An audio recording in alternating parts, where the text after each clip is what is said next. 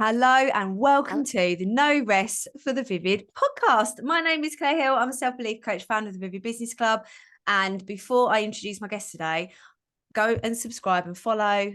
You know now for the last few episodes, I'm like beggar mate at the beginning of these episodes because that simple subscribe and follow makes such a difference to the growth of the podcast. And if you're feeling extra specially generous, go and rate the podcast. It's very easy to do in Spotify. So if you're listening in Spotify, it literally takes 3 taps. You don't even have to think about it. Give it 5 stars. And if you want to put a bit more effort in, Apple Podcasts, you can put words in. Okay. The end of that bit. Welcome, Mel, to the No Rest for the Vivid podcast. Thank you for being here. Oh, you're welcome. That was a brilliant intro. I need to get some of that on my podcast. I always forget that bit.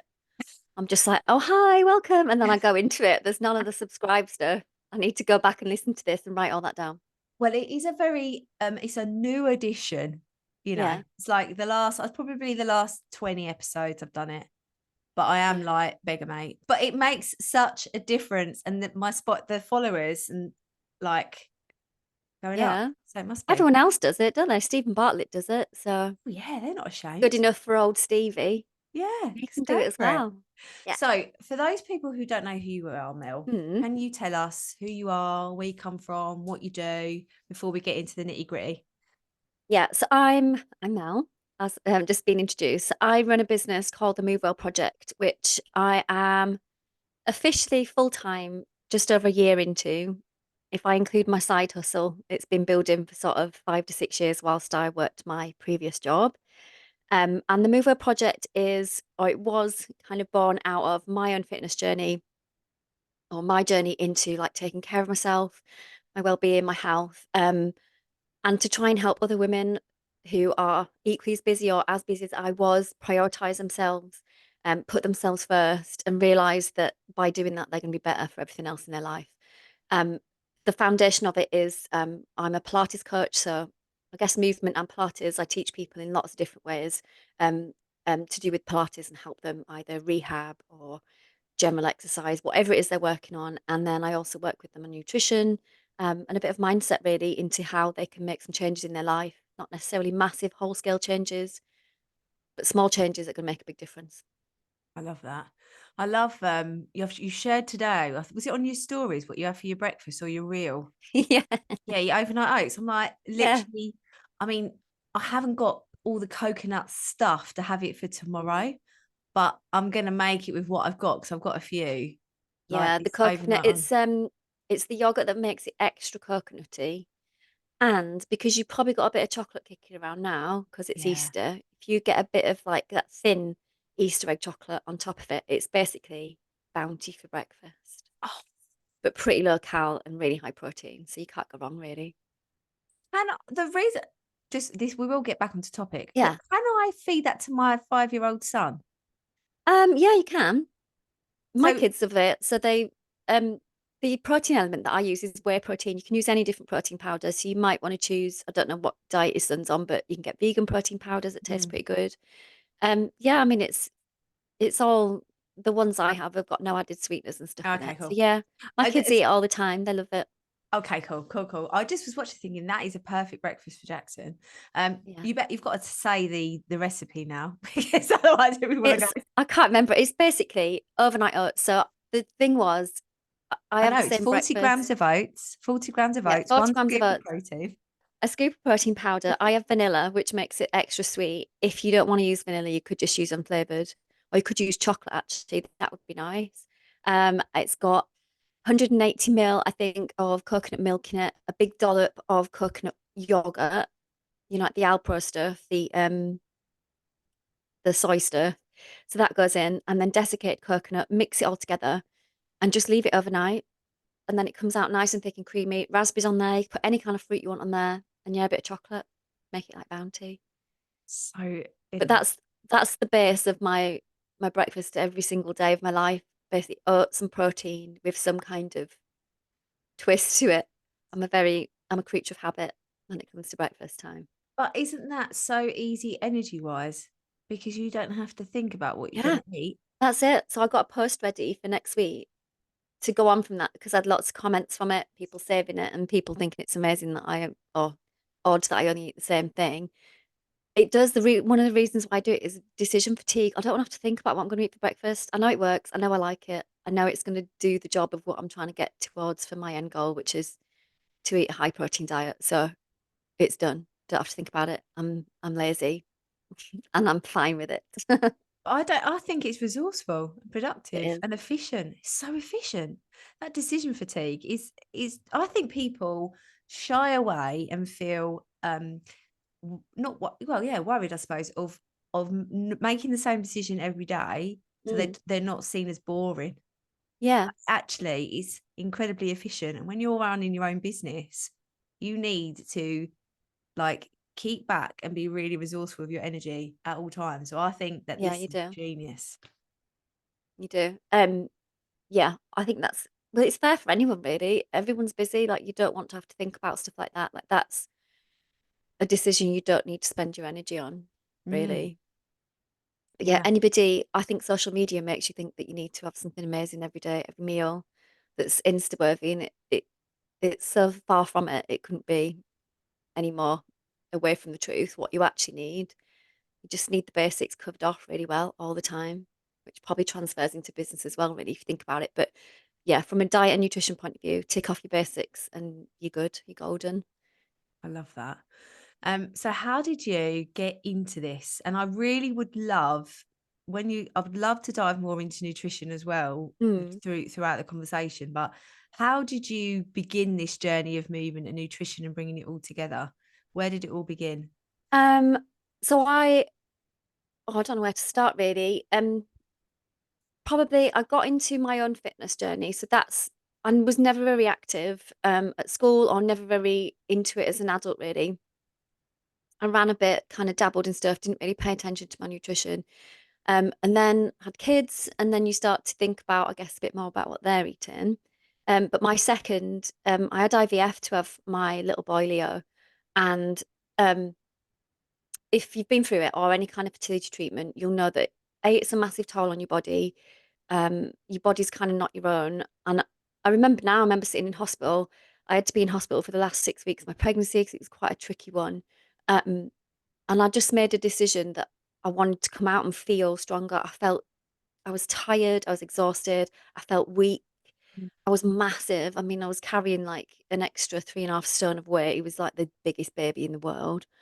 Um, so I just made the decision that that's what I was going to do post giving birth. So obviously he arrived healthy and happy, which is brilliant. And then he came in the November, and then in the January I just started to move. So I started with just walking. I just wanted to get out in a way to kind of shift a bit of the body weight. And then I worked with a personal trainer who helped me for the first time ever do resistance training, which I'd never done before. So lifting weights. Um, and I just massively got into it. Like, um, I think when you have a goal that's different, when you're younger, I don't know if you like this. I don't know how old you are, Claire, but I'm 43. And when I was younger, it was all about being as tiny as possible. Yeah, Like any kind of exercise or diet was associated with like size zero was a thing when I was yeah. younger. Um, and suddenly I'd found something where I just felt really, really powerful and really strong, like lifting something that's like your own body weight or being in control of your own body. It got quite I got quite addicted to it, not in a bad way, but the feeling of it was just amazing. And then the diet alongside of it became to fuel that so I could get better at it. So I had to learn about nutrition, learn what was going to fuel me the best so I could basically perform the best in what I was trying to do. I mean, I'm not saying I'm an elite athlete or anything like that, but um, I just wanted to get in really good shape and I wanted to be in the best shape I've ever been in. And I would say I'm that now. Like, people think as you get older, things get worse. And there's some things that get worse, but there's some things that get loads better if you want to. That's what the average tells you. You don't have to be the average, really. You can choose to be something different. So I got into my own fitness journey initially. And then Pilates kind of came about because of the giant baby, really. So he was huge. And I had a cesarean, so I had abdominal surgery, had to rebuild like core strength, had to carry him around physically once he came out as well. So started doing Pilates and I just loved it. Um, I was going through a time in my job where with my daughter, I'd gone back to work after about 7 months, I think, and I was raring to go back to work. And what I did you would do in your job? So I worked for Sainsbury's in buy-in, so I was um buying manager for their clothing range. So two clothing, that's what I did. Um I loved my job. I would still say I loved it now, even though I obviously left it and left it for good reasons. Um, but didn't feel in hindsight that I gave myself enough time off. Whereas with Leo, I knew I went back and I just knew I didn't, I just knew, you just know it's not right. I knew I was Mm, going back and I knew I had to go back because I needed to earn some money because I'd just been on a year's maternity leave. I knew something wasn't right. So I set out, I didn't know what the plan was at that point. And then it just came down to what did I enjoy doing? I had some coaching, some personal coaching through Sainsbury's, who I worked for. Actually, they're really good at that kind of development. So that was really beneficial to help me try and figure out. And everything kept coming back to the fact the only thing I enjoy doing that I'd found was now taking care of myself. And it became much more of a priority than my job ever would be or was. Um, and then I started to explore it. Could I make a career out of it? What did I want it to look like? Um, and then the first thing I did was thought, well, I need to go and I need to know how to teach people this if that's what I wanted to do. So I went and trained as a Pilates teacher, and got qualified in, I can't remember the date now. Leo had just coming up to one. So I almost had this thing then outside of my corporate world that I had to explore. mm. Um, and did that for 5 years on the side before finally thinking I wanted to make something more of it and deciding that it was not now or never, but it was going to be now. It was that time. And I decided to leave my corporate job and just try something different, just go for it. Wow, love it. Oh, I love that. And I wouldn't count all of those years. I wouldn't just say you had a business for a I year. know. I was like, "Ooh, just a year." I know. You've got to, I think when I was thinking about some of the questions that you put on the thing, like what would you tell people? I mean, it's not the biggest thing, but you've almost got to give yourself, I don't give myself enough credit. If I was if I was talking to a friend who'd done all this, I'd be like, that's amazing, well done. And I'm a bit like, oh, it's all right. You kind of brush it off, and you need to take time to pause and just think that was really good. Or I'm proud of myself for doing that. Um, Not all the time, because lots of stuff I don't do that works, that doesn't work, that I've got to kind of revisit. But um, yeah, it's an important thing that you've got to do because there's no one else to do it for you. Even, in a corporate job, you kind of get these review moments where somebody that you probably don't like very much tells you that you're doing either an okay job or a rubbishy job. Whereas if you can, you tell yourself you've done something really good today, or that was brilliant, or well done you, then I think it spurs you on a bit. But yeah, you've got to kind of take those moments to pause and think that it was a good thing. So yeah, there's a lot of years, and I think that's what people don't realize. Um, like it seems quite easy. Like I remember when I quit my job and I launched on my new classes and started to talk to people more on socials about what I was going to do. Everyone's like, "Oh, it's amazing! It's growing so quickly, isn't it?" And I'm kind of like, well, yeah, it kind of is. But then in the background, I knew I'd put in like years and years of graft and groundwork to get to that point, um, that I don't think a lot of people are prepared for when they start their own business. So I felt like I was on a solid base to work from when I first started, because of all that work I'd done alongside, really. Mm. I think it's the Instagram thing. It's so wonderful if you get a reel to go viral. It's never Mm, happened to me. But it's happened to somebody I know on Instagram, and I messaged her and said, what plan have you got in place to make the most out of this viral reel? Because mm, if you're not set up for some kind of passive income, or I don't know, get them onto your mailing list or something you can sell, there's yeah, literally no point.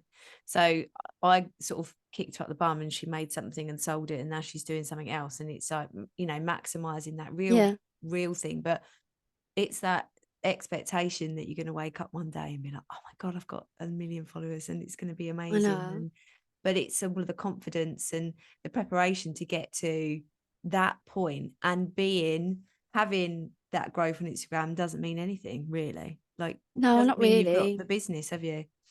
Not necessarily. I did when I first left my job, I did some business coaching with somebody who's worked in this industry, and one of the best pieces of advice she gave me, she just said she was like, don't focus on anything going viral. Like that's not the end goal. Yeah.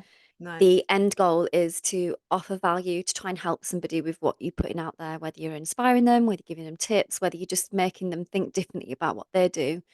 She was almost like, it's a bit of a longer game, but if you can help people and give as much of yourself that you can, she went, they will come back around, they will come back. And I see it now, like if I think about a year ago and some of the things that I posted, and I can have a post that's like months old and I've put on it, if you want help with this, like message me the word this, and I'll get random get random messages with these words on. I'm like, shit, which one was that? And I've got to go back and look through my sheet because I can then add all these, basically have all these stuff like free resources that were, you know, easy to create for me that I can then share and send out.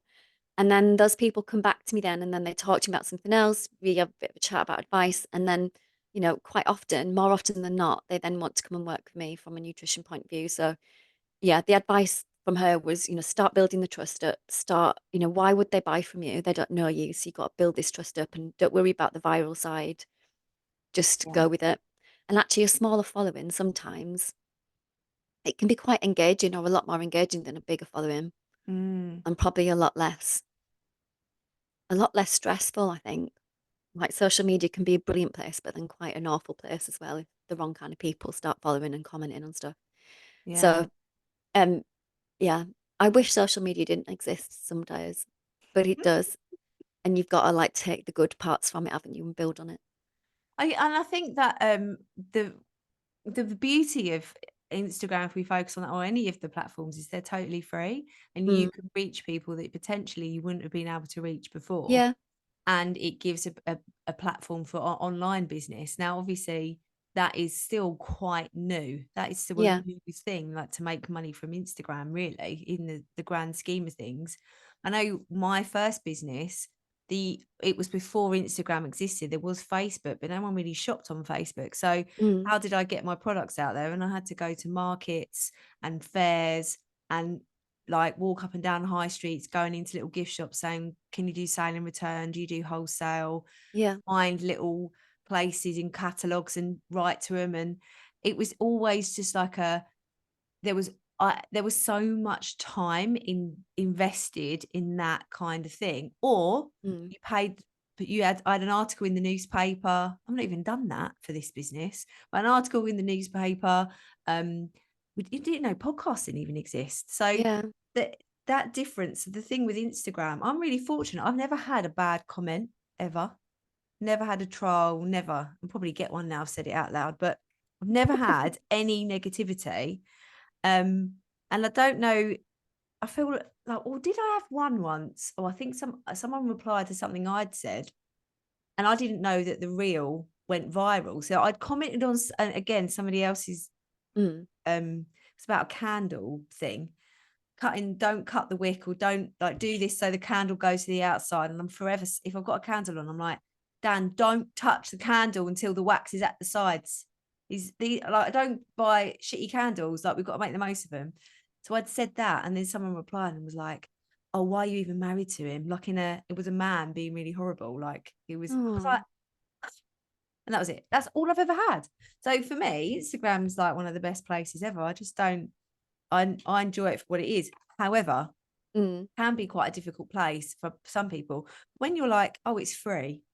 I'm not paying. I get my stuff out to thousands and yeah. thousands of people every week for no money. It's Like like, if you think about it, yeah, your marketing budget, like what is it? Doesn't really exist. Like, yeah, yeah, my client base comes from Instagram, Facebook. Um, yeah, for that you're grateful. You've got to be there. You can't not do it, I think, as a small business owner, because that's where it's just where everybody is. That's where they live their life and they'll continue to do. I think I just get a bit exhausted with all like the change and the trends, and I'm like, oh God, give me a break. Like I'm yeah, going on, I've got 7 days off now, and I'm trying to get some stuff ready to post while I'm off because I know if I stop, I'll get out of the habit of doing it. And again, you like everything I say to my clients with fat loss and nutrition and diet, they've got to be consistent with it. Just keep going, bit at a time. Same with social media, you've got to keep showing up. Um, so there's a consistency bit, and I feel like I want to be able to say to Instagram, like, I'm going on holiday, not gone anywhere. When I come back, I just like the normal level of engagement that I've got. And they go, all right then, yeah, see you in a bit. And then I'll come back. Almost like a bit of an out of office with them, that they agree that you'll be fine once Yeah. you come back. But yeah, it's Well, all a learning seriously. curve, isn't it?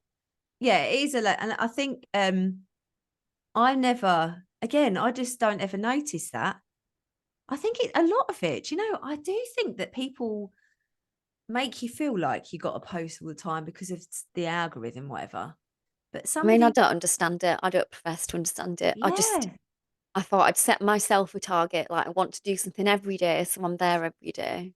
And I can see, like, I know when I'm active on social media, my business is better for it. Like yeah, bookings come in, people engage me, we chat to people.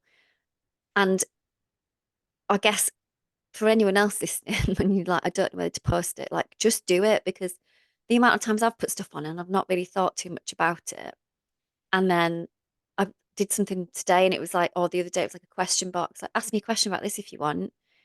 I think probably the last few times I've done that, I've had nothing. And then the time we did, I had like 7 or 8 questions come through, and it's brilliant and it's more content. So every time you think like it's not going to work, well, it might just work again. So you just got to keep going and go again with it. yeah, I love that. So how did you, so in regards to what you offer your Mm. clients, you say that, so do you have like because obviously I know you've got a Pilates studio, haven't you? So Yeah. do you have clients that come to your house and then you have like online clients as well? Yeah. So I've obviously physical studio. I teach in like in real life, reformer and mat Pilates. I then have, I don't have a virtual studio as such, but I have got a massive bank of all these pre-recorded workouts. That's probably my next thing on my list of things to do, like what am I going to do with them? And when you come to me and you work with me as a client, you then get access to these recordings. So um, if you are training with me for mat Pilates and you are going on holiday and you want some workouts, then it's all there. So there's things there for you to do all the time. Um, and then I have another side of the business, which is the nutrition coaching. Sometimes they kind of intertwine, because if people are local to me, they want to do a bit of both. So they want to come and physically train with me, and for me to look at their nutrition for them on the side or alongside that. But I can work with people in their nutrition from anywhere in the world, if they want to. So that's just all run online. That's me thinking about, I guess, what's going on in that person's life. How can I create some things for them or help them to shape their habits to make their nutrition different, to help them reach the goals that they are at or that they want. And yeah, that can be done from anywhere. Like, you don't need, I think that's sometimes a mindset shift for some people, that they don't need to be with someone physically to get the benefit of experience or advice. Um, so yeah, it's all done online. It can be anywhere. I'm about to launch my first group coaching, so I currently work one to one with people at the minute. And I guess that I wanted to do that just because I enjoyed it more. So I've done some group coaching before, and it got to towards the end, and I didn't really enjoy it. It was with somebody else that I was working with at the time. So I never set out to do it on my own. But actually, the more I've learned over this last year about the people that I'm working with, the types of clients that I've got, you kind of figure out where your niche is and who you're trying to target. And then there's like, actually, there's something in getting these people together and doing things a bit differently with the group support and that momentum going through. So that will hopefully, it'll start off small as I'm learning what's working. And then that would be to grow that, to scale it up as much as I could, really. Oh, I was just having loads of ideas for you, but Oh, I keep them back now because I used to be like, oh, what about this? What about this? It's one yeah. of them days where I have loads of ideas come in and I have to sort of like hold them back because not everybody, because I just throw them at people and Yeah. nobody asked them me for them. So I guess not solicited. So in regards to nutrition, so there was Yeah. something that you put on a post the other day about a couple of weeks ago, and you actually sent me the little Oh, yeah. The 7 jiggy. tips. Yeah. Yeah, the 7 tips. Um, that was all about the fact that you don't calorie count, Hmm. just move your body, and you've got these 7 tips too, Yep. which I'd love you to share in a minute. And I would love you to share, like, if you're a busy business owner Hmm. like me, um, I I love intermittent fasting. Yep. I do that almost every day, and I've done it for about 15 years. Mhm. And it's like one of them things that I just feel more me. I Yeah. just have more energy. I feel great. Um, but I've also got like this wheat intolerance, which is a pain in the ass of trying to get food anywhere, um, like outside of my house. But it's one of them, like, when you're so busy getting Mm. that nutrition into your body, that so you'll fill up. But the other thing with my fasting is I exercise quite a lot. So it's like the days that I don't the days that I do exercise, because I do like these, Mhm. like, they're basically like spin classes on my bike, and they're Yeah. like, I cry almost every time. They Like a just kill Peloton. me. It's like that, yeah. But I found this woman on YouTube. She's really cool, and because I've just got a bog standard exercise bike. My sister bought one secondhand, never used it. She was like, "Does anyone want this?" And I was like, "Yeah, I'll have it." And it kills me. Like the other day, I was training, and I went, it was the pain in my legs was just so bad. Mm. And my husband was in a meeting and he had to like shut the door. It was me like literally crying from the other room. So on those days, I don't fast because I'm Mm. just like, I can't barely walk down the stairs. So it's like, still got to eat. But those are like the kind of things. It's so, I feel I love nutrition, and I could eat that and that's going to help me feel this way because of this, Mhm. that, and the other.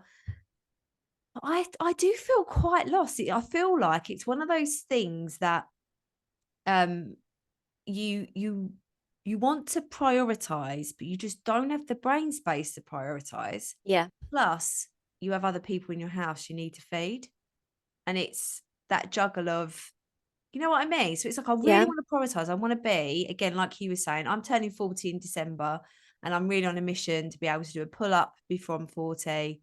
And I'm contemplating trying to get a half marathon in before I'm 40 as well. So all of these things, like you get to that milestone, I really want to feel strong, and I Yeah. really, really want to feel fit. And I know that nutrition is hugely important when that Mhm. comes to it. So where do you even start? Like, Where do you what's start? yeah. I mean, it is confusing. I get confused all the time, and you can go off down one track and think that's right, and then the other track. So when you were talking about intermittent fasting then, probably the reason why you've stuck with it for as long as you have is because it works for you. So you find it works Absolutely. for your life and your lifestyle. I think that's a big mistake people make is they decide I'm going to go on this diet and they change their whole way of working, um, or their whole way of approaching their diet because they're on a diet, which means their life is then thrown up in the air and they're on it for however many weeks. They might get the results they get, and then they've got this period of, and now I'm going to go back to normal. So I do my best to try and let people know that you don't need a full scale change. We just need to look at what you're doing and then make tweaks to that. Like if you want to focus on your nutrition, the best thing that you could start to do, like literally day one, would be just eat a few more fruits and vegetables. Mm, Like the things, the things that you tell your kids, like when they're coming downstairs. So one of my 7 principles is you don't snack on anything until you can say, I've had 5 or 6 portions of fruit and veg today. And the reason why that is because fruit and vegetables generally low in calories. There's loads of micronutrients in, so you can eat all those benefits. And they're bulky, like they fill you up for very few calories. Um, so I always say to my kids, when they're like, having a snack, I'm hungry. I'm like, yeah, some fruit there. yeah. And I make them do it. So I've got to then make myself do it at the same time.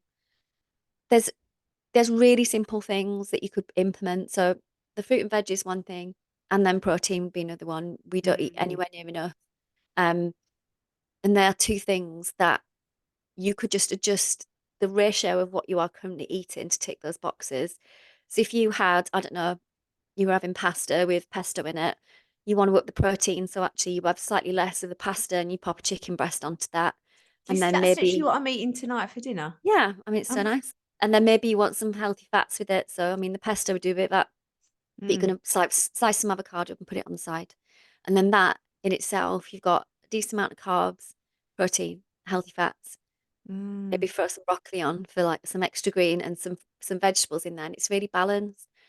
I think people expect that I don't give out meal plans, which people always want, and I don't give it. because I've no idea what you want to eat. I don't know what your life is like.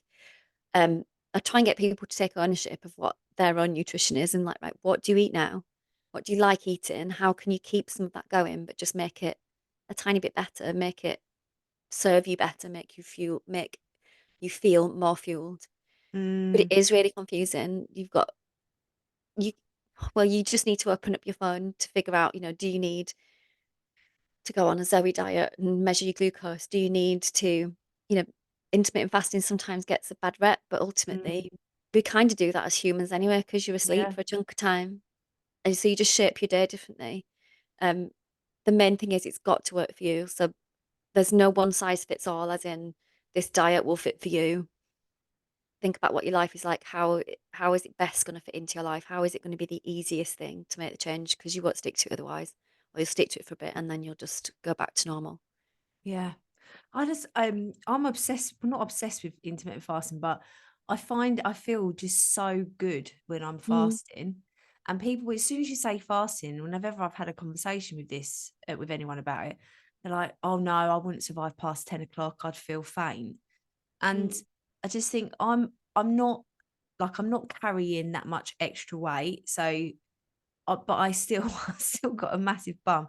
There's like a good few like meals that I'm carrying around with me, and understanding that once that glucose has been used and burnt by the body, you've got fat mm, which is more efficient anyway. Like our bodies are designed to burn that, aren't they? Not yeah, necessarily like they're better designed to burn the fat. But I include, and I cannot, I think it was even before I was doing it before the 5-2 stuff came out. And I can't tell mm, you why I started it. I know I was living on my own in my flats, but it's definitely about 15 years ago. And then I just have adapted it. But I mean, today I've eaten because I've done a workout, but like yesterday, I didn't eat, I don't think, until about 3 o'clock. But then my productivity was amazing. And then I don't really work after that. Like once I've yeah, eaten, I want to have a sleep and then I'm having dinner. And then, that's the way it goes. But I've also got hypoglycemia, which is like sensitive insulin. So my sugar mm, levels can really drop. So if I just had, I could never eat like a slice of toast. I would have a hypo within 4 hours and have to mm, shove the jelly babies in and the apple juice and everything. So I love high protein because it just steadies me out. Because the worst thing is if I have a hypo, makes me so tired. Because one, I yeah, have to shove the sugar in, and then I always over because it lasts for too long, and you just feel like so shit. And then I'll have like a little spike, and then I'm just so tired. And I'm mm, like, oh my God, I can't do this. And then I can never really work afterwards. I had one driving the other week, which was not good with Jackson in the car. I was like, right, God, I need an emergency apple juice yeah, for this car. I didn't have it. But anyway, yeah, so intermittent fasting for me just levels everything out. And yeah. There's lots of everything's studies consistent. on intermittent fasting to say that it's good for like cognitive function, like productivity, Yep. because your body's not, it's good for your body to have a break from always doing something like digesting food. Um, and actually, when people say, oh, I wouldn't last past 10 o'clock, the first couple of weeks or the first week or so would be difficult, but Mm, your body gets used to what it does. So the more you can regulate your meal times, and that can be 3 meals a day, 1 meal a day, whatever that is for you, your hormones uh, start to adjust. So there's two hormones in your body, um, one that tells you that you are hungry and one that tells you mm, that you are full. So before your natural lunchtime, your body will start to tell you that you're hungry because it's your circadian rhythm. It gets you into rhythm, and then you eat, and then the hormone that tells you full spikes to balance it out, and then you off you go, and then you come out the other side, and then you go into your next meal. And once you get into a regular eating pattern, that was one of the other tips, like eat regularly, whatever that looks like for you. Eat regularly, keep it regularly, include the weekends in that as best you can, because then your body will be there'll be less spikes, there'll be less dips, mm, feel more level, you'll be in control of your hunger a bit more, and things will just feel that bit easier. But yeah, there's all diets, all they do is create a calorie deficit in some way. When you intermittent fast, there's just a period of time you're not eating, so your feeding window is a lot smaller than it would be if you ate throughout the day. Um, but it it just helps you create a deficit, and it's a good way of giving your body a rest so it can kind of feed through. I've never actually done it myself. Um, but I like eating 3 meals a day. I'm Mm, always really hungry in the morning. I do most of my exercise early doors as well, so I kind of exercise and then eat. So that fits in with me. Whereas now, when I'm working now in an evening, I eat very little on a night time. I mm. do eat, but it gets smaller as the day goes on. Bigger breakfast, lunch, and then a smaller dinner. Oh yeah, see, I love a big dinner. Yeah, If I could, I would just have dinner. Like, I'm not that fussed about anything else. I just love a dinner. Love a bit. Like, I look forward to it all day. yeah, I love eating. But again, it's like it's not for everybody. But I do it because it gives me more energy. I'm able to do more, be productive in my business. mm, And even before that, I just felt better. But I definitely, eat. There's no, I eat a lot. What are easy ways to get more protein into your diet? Because you said that we don't eat yeah. enough protein. So No, why are we not eating enough protein and how do we eat more? we don't eat enough. I think because it's not quite as easy. Like food now, it's highly palatable foods that are there that make you want to eat more of them, and protein is not necessarily one of them. Um, Breakfast is a massive tip. So I share a lot of breakfast ideas, albeit I eat the boring breakfast. But um, people kind of neglect breakfast. On average, people have about 10 grams of protein for their breakfast in the Mm. morning. Like if you are an adult, a grown adult, eating cereal for your breakfast, you need to have a word with yourself I because love that. there are other things, far better things that you can fuel your body with for breakfast, that are going to serve you throughout the day. So if you can get a decent amount of protein in at breakfast, so eggs, I mean, protein powder is a really easy one, overnight oats, anything where you are getting a chunk at the start of the day, Mm, then that's going to set you off. It's easy to get protein in at other meals. Breakfast is the hardest one because we are normally in a rush, we're normally going out. You normally, you're sorting kids out, you're kind of doing things on the hoof. Um, if you can factor in some more protein into your diet at breakfast time, that'll help. You're probably going to bank another 20 to 30 grams that you didn't have. And then throughout your dinner and or your lunch and your dinner, just lean protein sources. So I try and get clients to build their meal around protein. That's the mm, first thing that they think about. What protein sources are you going to have? And they're like, I don't know what to have. And I'm like, chicken, fish, tuna, beans, pulses, all these things that you people generally know what they should be doing. They're just not doing it. But it's mm. definitely easier. It's easier to throw some chicken on a salad or chicken in a sandwich or a wrap at lunchtime than it is to think about protein at breakfast. So focus on your breakfast first, get that nailed, and then layer on your lunch and your dinner to make sure you got at least 30 grams of protein in. As a general rule of thumb, you want to take your body weight in kilograms and multiply it by 1.5 and 2, and that'll give you a gram.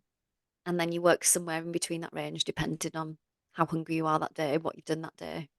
So you get your body in kilos and then Yeah. So I'm going to do it really easy. So if you weighed 50 kilograms, just because that's the easiest maths for me to do, a then you would need broadly around 100 grams of protein to eat.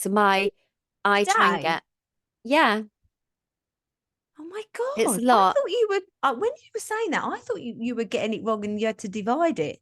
No, well, you don't have to tell me what you weigh.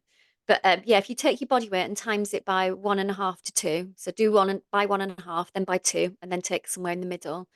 Like my protein target is I try and eat somewhere between probably about 125 grams of protein a day. But then I do a lot of weight training, I do a lot of strength training. My goal for nutrition is to maintain my body weight but build muscle. So I'm that's my, shocked. I'm shocked at that. I it's a really lot. am. Because I thought it was about 30 grams a day. No, that each meal, 30 Oh grams my total. God. How And many that's days not, is I mean, that? it's not for everyone. What I would say is definitely don't do it in one go. Because if you go from very little to then adding loads of protein in, you're going to get really dodgy guts. So start to increase it, do it over a period of a few weeks where you're building it up.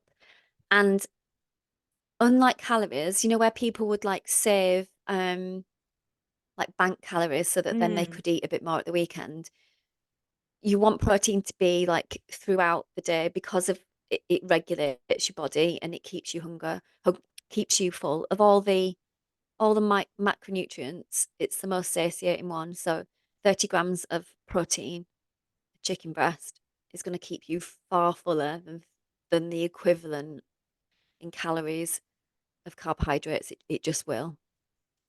So if you are, particularly for women, because we are smaller, we just are naturally the men, when we diet in terms of trying to create a calorie deficit to keep yourself fuller so you're not feeling miserable, so you're not hungry all the time, focus on the whole foods, the fruit, the vegetables, and the protein. They'll keep you as full as possible and help you with the things like the cravings, the snacks, the feeling like you're starving all the time, because you won't be. Trust me, if you get to like 100 grams of protein a day, you will be stuffed, particularly on intermittent fasting, because you've got a smaller window in which to fit this Yeah. protein in. Basically walking around snacking on eggs and chicken. Oh, Um, I love eggs. I'm obsessed with eggs yeah, mayonnaise. I literally could eat a bowl of eggs mayonnaise. I love it. I like a good egg. Oh, just eggs are just the best. But like, so the amount of protein in an egg is about 7 grams, isn't it? Yeah, 6 to 8. So I'm just going to go yeah. for 7. And I was so I would need to, if I was just going down the egg route and say Mhm. I'm going for about so that's like 12 eggs a day. Like Garcon out Yeah, of so Beauty and you'd the need Beast. like um Oh my God. yeah, you need but Very there, eggy. there's protein in bagels, there's protein in bread, there's protein in lots of stuff, not just the meat. Mm. Like oats have got protein in. So don't discount all the other stuff. But yeah, when you see Joe Wicks and he's making like a 6 egg omelette, and it's like, well, that's why, because he's trying to get all his protein from his eggs. Yeah. Um, yeah. I mean, I went through a period of time at first and I started to do like look after my nutrition of like, oh, well, this chicken breast weighs 120 grams, therefore it's 120 grams of protein. It's like, not really. So that was a nice little learning curve. But yeah, it's quite a lot more than you think it is. And it gets worse as people get older. They tend to eat less protein as they get older. Don't know why. They just do. Wow. That's blown my mind. That's blown. But it's what your body's made up of. Like every cell in your body Yeah. is based off protein. So if you don't get enough of it in your diet, um, yeah, it just won't function properly. It's No. magical. That's one thing I always say to my clients, like when I first meet people, I'm like, how they usually they're feeling overwhelmed, lost, feeling low confidence. And the first thing I'm like, do you drink enough water? I'm like, no. Yeah. First thing, I have going back to those fundamentals, like what's also is our body made up of? Water. And Mhm. if I'm not hydrated, though I'm trained now to drink 2 liters at least a day, I drink a lot more than that. I probably drink more than to like closer to 3 with everything else I drink. Mm. And but if I'm not drinking, I actually feel sad. It like affects my mood now because Yeah. it's just the amount of people that are walking around just not like hollow shells because they're not pumped up. I like to think of me like as a big sultana being all like, I Yeah. want to be a grape instead of a little dry up raisin. But those kinds of fundamentals, I just don't think people like I've had the women's fitness subscription and I speak to people about fitness. I watch the reels, I watch I'm all about the cooking and I love healthy food, but I've only learned that today about Mm. protein. Yeah. It's just, I think the first thing that people want, they want, like, if I said to somebody, I've got something that you could just, like, a supplement that you could take and it costs you hundreds of pounds and it'll help you do all this, I guarantee I'd have people fighting over it to get involved in it. Yeah. And I almost feel like people are a bit disappointed when they're like, I'm like, "Oh, I've got 7 things that you can do." So I sent I had loads of people respond to that, but one of the ladies that responded to it, she's a client and I see her, she comes in the studio. And I was like, "How are you getting on? And have you, what did you think of it?" "Oh, yeah, well, I've not really done any of it yet." And then she's like, "Will it work?" And I was like, "Not if you're just going to read it. No, like number 8, secret tip number 8 is to do 1 to 7. Like you've got to do it." Um, but it's the only way to do it really, unless if you're not prepared to make an actual change to your lifestyle long term, you'll perpetually go through a cycle of dieting, yo-yo dieting, not feeling great about yourself. Where if you can make these Mm. small changes and just live with it and accept that things are going to take time, there's no end goal. Again, like you don't bank a body weight, you don't suddenly get there and lock it in like a level on a computer game. Yeah. You've got to keep going with it. Whatever you do to get yourself to that point, you've got to keep going with. So it's got to be something that you think, I can do this long term and I can live with this and this is right. It'll mean it's slower, but it'll mean you do it right and you do it once and then you come out the other side just different. You'll just carry on. And they're like, oh, do I have to give up alcohol? I'm like, no, you don't have to give up alcohol. You can keep drinking it. If that's what you want to do, if that's your life, you've got to factor it in. And then, you've got to cut your own cloth the way that you want to do it, really. And that's what help Mm. people try and figure out and then do. So what are your 7 principles? I'm trying to think of them now. Firstly, sleep. So it's really important. It's one of the things I ask every single client, how is their sleep? When you are tired, you make crappy decisions. Those hunger hormones that I talked about earlier, they don't function properly when you are tired. So sleep is the first one. And then the protein would be another one. So 25 to 30 grams of protein. Um, don't snack on anything until you have had your fruit and vegetables, making sure you're getting 5 to 6 portions a day. And when you've hit that number, if you then want to snack on something, then feel free, go ahead and snack on it. You've got to move your body every day, and that can be in any form, a workout, 20 squats while you're waiting for your kettle to boil, a dog walk, ideally earlier on in the day because it's the impact on the rest of your day that matters. So not necessarily the movement itself. So whether you're doing your squats, your dog walk, sit-ups, whatever it is, if you do that earlier on in the day, it makes you almost like the behaviors make you feel like you've invested in yourself early. So the subsequent behaviors for the rest of the day are then better. Is that 4 or 5? Do you mean to get the I message can't though? remember where I've got it. I'm like, what am I on to now?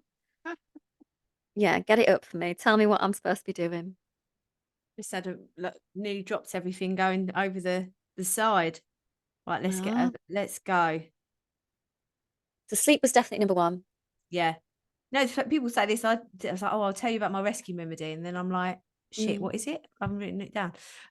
Number 1, prioritize your sleep. 2, focus on fueling yourself rather than restricting yeah, calories. Eat more protein. Regulate your meal times. yeah. Talked about that. No snacking. Eat slowly. And Yeah, then, mindful eating really. So things like, well, regulating your meal times will help this hormone balanced. hmm, Basically, your body, it loves to be right in the middle. The average middle ground for your body is the perfect place to be. We don't want it to go up or down. So the more you can regulate your meal times, it'll keep it normal. The more you can prioritize in your sleep, your hormones will be nice and level. And then, yeah, mindful eating, like just eat a bit slower than you would normally be. Like you don't need to like eat cross-legged with, a yoga pose or anything like that.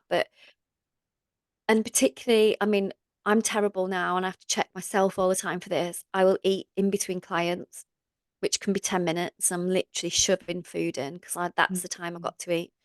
So, yeah, small business owners, like separate some time out, schedule it in your diary, put it in your Google Calendar that that's when you're going to eat. Um, so that you can spend a bit of time on it and think about it, think about what you're eating, pause when you've eaten something, put your knife and fork down, and give yourself some time, like 15 minutes at least, before you decide you're hungry again and you want another bit of food to eat. And just give your body time to like accept what's physically gone in, because you can always eat a tiny bit more. When you get to that stage where you're just so full, that's where you don't want to get. I try and work with clients on a hunger scale as well, which is quite good from a mindful eating point of view. So from 1 to 10, like if 1 is really hungry, like the hungriest you've ever been, and 10 is like Christmas Day nightfall where you feel really, really sick and you've hmm. had way too much cheese. Like, where do you want to be like on a daily basis? And like my number for me, based on that, would be I want to be around a 6. That's where I feel like I've eaten enough food. I'm not overly full. I'm not hungry. I'm satisfied. Oh, no, I'm not. I get I love feeling really full, not But then too that's full, not like Christmas your Day. number might be like an 8 then. Yeah, I think So it is that's an where 8. you're going to. And Yeah. somebody else might be fine with like a 5, like slap bang in the middle. So try and get people to work on a bit of a scale so that they can check in with themselves. Like, it takes a lot of practice mindful eating because you've got to think about eating, and people don't really think about it. They just eat. Mm. Yeah, I love that. I just I've recently started to do some behavior strategy, no belief Yeah. strategy. Mm. And one of the beliefs that I struggle with because of stuff like childhood and stuff is about that there's plenty more food and money where that Yeah. comes from. So throwing food away is a big like thing for me, Mm. to the point if I'm feeling a bit wonky and busy, you just have a wonky day, I will feel like a constriction in my chest of if I have to throw food away. Hate it. So Mm. I eat it, or I'll think about eating it, and not like it's usually not that much to throw away because I'm really resourceful and I like planning meals and stuff. But one of the things that I feel like it's that fullness of me practicing going, I don't need to get that full Mm. to be Yeah. full. Like you're saying, I feel like that scale is really good. But in my process of working on behaviors to support that belief, I'm leaving food on my plate. And Yeah. that is such a big deal for me. And I know it doesn't sound like a big deal, but it Mm. is a big deal, even though I'm like It's eating a massive. yeah, Like, again, when I was younger, it was like you couldn't get down from the table until your plate was gone, like yeah. clear. I used to hate it when I was little, to the point where I'd take food off and hide it in a tissue underneath 'cause I just didn't want to Wow. eat it. Yeah. Whereas now my kids are like, I'm full. I'm like, well, that's fine. There's no other Yeah. food though. And they're like, yeah, okay. And then away they go. Um, yeah, practicing leaving something on your plate. Same with when you go to a restaurant meal. Like, I mean, my premise is that we don't try and count calories, but if you've ever looked at a restaurant meal menu recently, those meals are like they're upwards of like 1,500 to 2,000 calories. If you're an average size female in the UK at the minute, probably your deficit calories are about 1,500 Mm, to elicit fat loss. So therefore, your one meal, your main course, and one meal of your day wipes all that out. So again, you don't have to eat everything in front of you. And if the choice is between that food going in the bin or you eating it, then just remind yourself that your body's not a bin. yeah. Like you don't need to put rubbish inside of you. You can put that in a little bag and it'll go in the fridge or the freezer and you could eat it another day. Yeah. And then maybe next time when you're cooking it, usually with pasta, like I tend to cook pasta for like 5,000 when I eat Yeah. it for you just think, oh, I did too much last time. I have a little scoop now in my rice tub that's like the exact amount for like a portion. And then four of those scoops go in and I never cook too much rice now. Stuff like that you learn, like little tips along the way. Um, Yeah. but yeah, little practices like that you can do are brilliant. Um, just to try and get a different mindset in your head, yeah, different behavior that you don't need to eat all that just because it's there. Mm. And it comes down to worth because you don't think like there's it's just so much mindset around all of these elements. And the thing where it Mm. links to business is that if you're letting if I and I'm just going to talk about it because it's easier, if I'm saying to myself, I'm not eating everything all the time, I don't need to, I'm already full, Mm. and then I eat it, that's breaking my self trust. I'm letting myself down. Yeah. And it's that tiny little moment that people go, Mm. that won't matter, but it stacks. It stacks Mm. and stacks and stacks. And at that point where I'm like, I want to go and do this in the business, I'm going to go, well, I can't, I can't stop myself from eating that scrap off the plate. So how am I going to be able to do that? Yeah. That's why I feel like it's like as a business owner, you have to, unfortunately, you do have to micro analyze nearly all the moments of your life because it's not for the faint-hearted. Not everybody can run a business, and that's the point. Mm. But those 2-degree little leaks of energy or misguided stuff that you're doing sets you off on another trajectory that is not Yeah. going to potentially get you to where you want to be. And this is why I feel like these kinds of conversations are even more important because now I know how much protein I need to eat. Mm. My like dinner, I'm literally going to finish this. I haven't got chicken for my pesto pasta. I am making pesto from scratch, but I need Oh, chicken now. nice. So Oh, a tin of tuna. Open a tin of tuna on it. my husband, tuna and pesto, be like, no thanks, I'm not Oh, eating. really? Oh, it's one of my faves. Yeah, no, I would have tuna with everything. I love tuna Yeah. mayonnaise and egg mayonnaise, but he's not up for it. But I'm going to go and get that chicken, and I might even get Mm. a couple of avocados, and I'm going to cook some broccoli with this pasta. Yeah. And then I know that I'm good for, I'm not going to snack later on chocolate. I'm not going to, You'll be and it, really full. yeah, I'll be lovely and full. I'll be at 8 of fullness, but also it impacts my sleep. Yeah. Because if I Yeah. snack later, because my window, like you say, like my window is usually from like 3 to 9, but usually I don't eat past 9. But Mm. if I do, like last night I had some chocolate at 9 o'clock. I'm then on my Fitbit going, oh, resting heart rate. I was well below because my body's just going, ah, sugar, la la la la la. We're going, oh no, she wants to sleep. It's a Oh, loving okay. life. Yeah. And it's just anyway. I've really adored this conversation. Oh, Been talking for an hour. It didn't even feel I like it. know. It It doesn't, does. does it? Time No. goes by. Really appreciate you sharing your tips and your tricks. And before you share the 10-year Mm. question, where can people find you and how can people give you their money?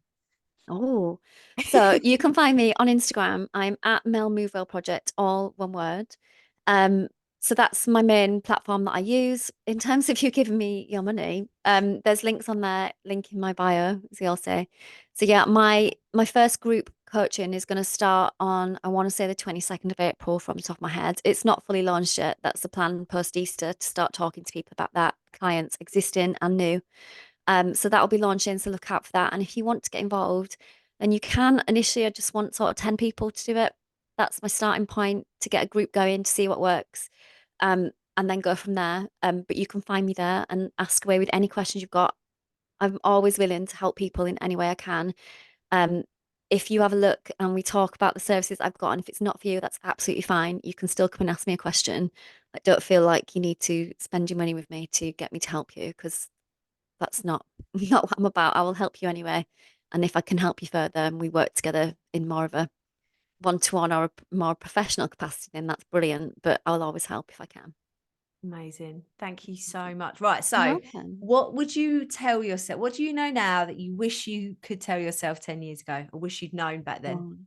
Well, I don't know. Thought quite a lot about this. The main thing for me is like you're never ever going to be ready. Like I'm a self-professed perfectionist. I've had to work really hard in the last year to realize that that's not a really good place to be. Like you can't be perfect at everything. Um, Ready doesn't exist. Yeah, you're never going to be ready. And I do think a lot of people said to me when I was thinking about leaving my job, or you'll know when it's time. And I didn't. There wasn't one thing that I can pinpoint that I thought this is it. You've just got to take a risk when you're ready and it's a calculated risk and you've got things around you. But the only way you get ready for anything, or the only way you're going to be ready, is by doing it and Mm, probably be getting loads of stuff wrong and then changing it and do it again. Like the way I'm going to work with this next group of people that I take on will be really different to the very first client that I ever worked with, because it just is not, that's not right anymore. It wasn't right then. You've got to be really bad at something to start with to get a bit better at it. But if you're waiting to feel ready to do something, you'll never get that feeling. I just think you've got to wait up. You've got to take the risk when you're ready to take the risk. But it's not something that'll ever just come in front of you and go, right, you're ready now. It just doesn't exist. It's not there. Don't wait for it, because you'll be waiting forever. love it. Just get started. Yeah. Amazing. Thank you so much, You're Mel. welcome. Been Thanks for having me. amazing. You're very, very welcome. Have a lovely afternoon. See you Yeah. See you later. soon. Bye. Enjoy.